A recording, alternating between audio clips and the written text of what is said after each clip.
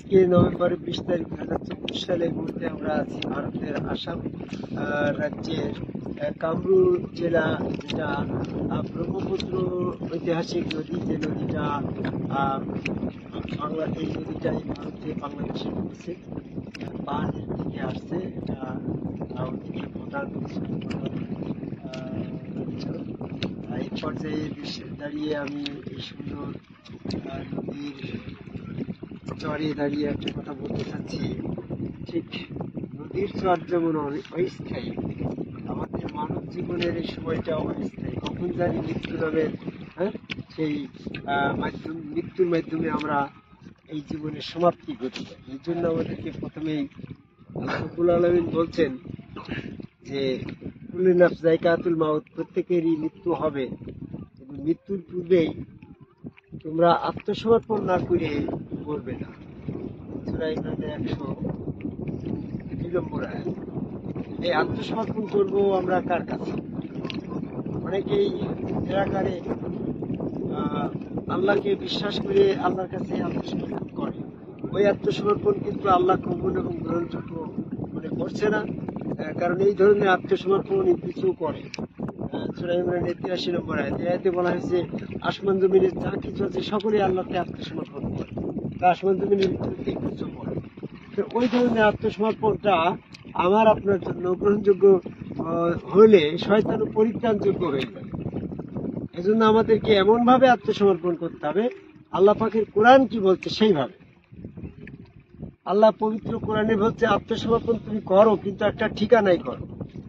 তুমি সেই দিবস আসবে সত্য, অতএব তুমি তোমার রবের একটা ঠিকানা সাব্যস্ত করো। সূরা আনামের 39 নম্বর আয়াত, সূরা নাবার 39 নম্বর আয়াত। তো এখানে আল্লাহ পাকের ঠিকানা সম্পর্কে কয়েকটা আয়াত এসেছে যে যখন তুমি রসুলের কাছে যাবে তখন তুমি মনে করবে যে আমি আল্লাহর কাছে গেলাম। সূরা ফাতির 10 নম্বর আয়াত। যখন তুমি রসুলের আনুগত্য করবে সেটা তোমার আনুগত্যটা হবে আল্লাহর কাছে।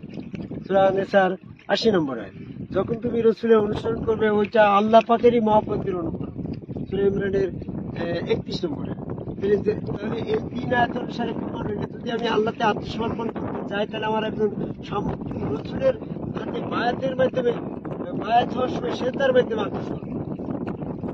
এই যে সূরা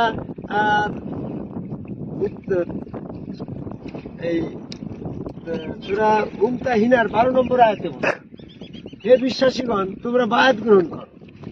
তাহলে এখানে সূরা ইমরানের 102 নম্বর আয়াতে বলল হে বিশ্বাসীগণ তোমরা আত্মসমর্পণ করো, আর সূরা মুমতাহিনার 12 নম্বর আয়াতে বলল হে বিশ্বাসীগণ তোমরা বায়াত গ্রহণ করো।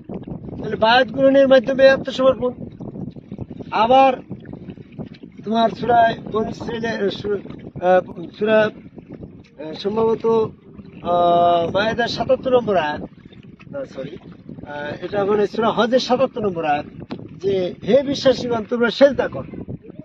তিনটা আয়াতকে যদি একত্রিত করি তাহলে বায়াতের সময় সেজদার মাধ্যমে আত্মসমর্পণ করতে হবে। তাহলে অবশ্যই একজন বায়াত হওয়ার জন্য একজন রসুলের হাতে, একজন সম্মুখ রসুলের কাছে আমাকে বায়াত করতে হবে। তাহলে যারা এখনো আত্মসমর্পণ করেন নাই তাদেরকে আল্লাহ পাকের ঠিকানা সাব্যস্ত করার জন্য একজন সম্মুখগুরু রসুলের হাত, আল্লাহর হাত, রসুল বিলে বিশ্বাস করে ঠিকানা সাব্যস্ত করে সেখানে সেজদা দিয়েই আত্মসমর্পণ করতে হবে। সেজদা দেওয়ার সময় মানুষের বিভ্রান্তি আছে। বিভ্রান্তিটা কি? যখন রসুলের হাত আল্লাহর হাত, রসুলের পা আল্লাহর পা, রসুলের সুরতের ভিতরে আল্লাহ, তাহলে ওখানে যখন আমি সেজদা করছি, রসুলের চেহারা যদি রসুল ব্যক্তি রসুলের চেহারা হয় তাহলে তো সেজদা ব্যক্তি রসুলের করা হয়ে যায়। যেমন আদমকে যখন ফেরেশতারা সেজদা করে তখন আদমের চেহারা যদি ব্যক্তি আদমের চেহারা হয় তাহলে সেই চেহারায় সেজদা করলে সেজদার মালিক তো আদম হয়ে যায়, সেজদার মালিক তো আল্লাহ। তাহলে সেখানে সেজদার হুকুম দিয়েছে আল্লাহ, আল্লাহই হুকুম দিয়েছে, আর চেহারা দিল আদমের, এটা তো হতে পারে না। এজন্য আল্লাহ নিজ স্রোতে মানুষ তৈরি করে নিজের চেহারায় আদম তৈরি করে সেখানে সেজদা দিতে বললো, সেই সেজদা আল্লাহ চেহারার পরে পেল, আমি সেজদা আল্লাহ পেল, তাই তো কথা। তো সেখান থেকে আসছে যে মানুষের ভিতরে আল্লাহ, আল্লাহর ভিতরে মানুষ। এটা যদি মনে করা হয় যে মানুষের ভিতরে যদি আল্লাহ হয়, আল্লাহটা ভিতরে মানুষটা, তাহলে তোমার চেহারাটা প্রথমে এসে যাচ্ছে না। চেহারার মালিক যদি মানুষ হয় তাহলে মানব চেহারার ভিতরে আল্লাহ, আর যদি চেহারাটা আল্লাহর হয় তাহলে আল্লাহর ভিতরে মানুষ।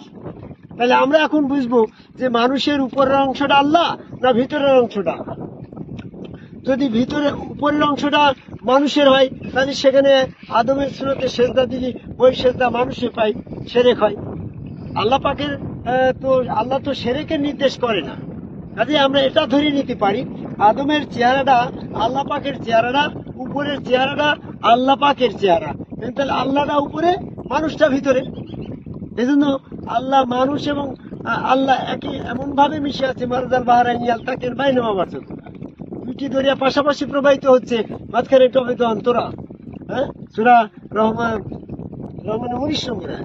তাহলে আমরা এই মানব রূপের ভিতরে আল্লাহ বিশ্বাস করছি যে যদি মানব রসুল বলে যে আমি নবুয়ত পাইছি, তোমরা আল্লাহকে পরিত্যাগ করে আমার বান্দা হয়ে যাও, এটা তার পক্ষে বলা সম্ভব নয়।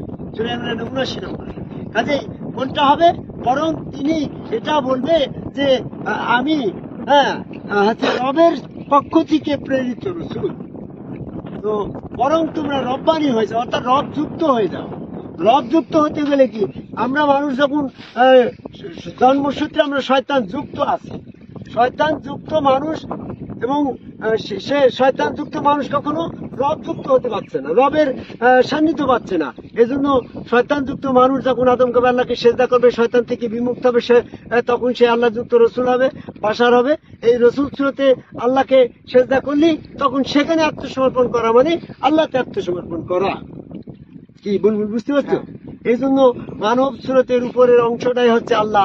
এই জন্য সূরা বনী ইসরাঈল 60 নম্বর আয়াতে বললো ইন্না রাব্বুকা আহাতা বিন-নাস, নিশ্চয় তোমার রব মানব সুরত ধারণ করে আছে। মানব সুরত ধারণ করে যিনি আছে উনি হচ্ছে রব, আর মানুষ হচ্ছে ভিতরে। আমার গুরু আমার রসুল, রসুলের ভিতরে আল্লাহকে অ্যাডজাস্ট করে ওই চেহারা আল্লাহর, ওর ভিতরে স্বয়ং আল্লাহ। আমি বাস্তব ফিজিক্যালি আল্লাহকে যখন বিশ্বাস করি সেখানে সেজদার মাধ্যমে আত্মসমর্পণ করব, মৃত্যুর পরে আমি আল্লাহর পায়ে সেজদা দিয়ে সূরা কালামের 42 নম্বর আয়াত অনুসারে আমি সেদিন জান্নাতে চলে যাব। আমি সংক্ষিপ্ত পরিসরে যারা এখনো মৃত্যুর পূর্বে বায়াত গ্রহণ করেন নাই, মৃত্যুর বায়াত গ্রহণ যারা এখনো করেন নাই, আদম সেজদার মাধ্যমে আত্মসমর্পণ করেন নাই, সেজদার মাধ্যমে আত্মসমর্পণ করেন নাই, রসুল সুরতে যে সেজদা আদম কবাই সেজদার মাধ্যমে আত্মসমর্পণ করেন নাই, মৃত্যুর পূর্বেই আপনারা সতর্ক হয়ে যান। আদম কবাই সেজদাকারী একজন সম্মুখ রসুলের কাছে বায়াত গ্রহণ করে, রসুলের হাত আল্লাহর, পা আল্লাহর, চেহারা আল্লাহর, ওই রসুলটাকে আল্লাহ পরিবেষ্টন করে আছে। সূরা বনী ইসরাঈলের 60 নম্বর আয়াত, রসুল প্রায় আল্লাহর আহাদ রূপ। এই আহাদ রূপে আত্মসমর্পণ করার আহ্বান করে ভারতের আসাম প্রদেশের ঐতিহাসিক প্রাচীন নদী ব্রহ্মপুত্র নদীর পাশে দাঁড়িয়ে পৃথিবীর সকল মানুষকে সেজদাকারী একজন সম্মুখ রসুলের কাছে সেজদার মাধ্যমে ওই সুরতে আল্লাহ বিশ্বাস করে সেজদার মাধ্যমে আত্মসমর্পণ করার আহ্বান করে আমার কথা শেষ করে জয় গুরু।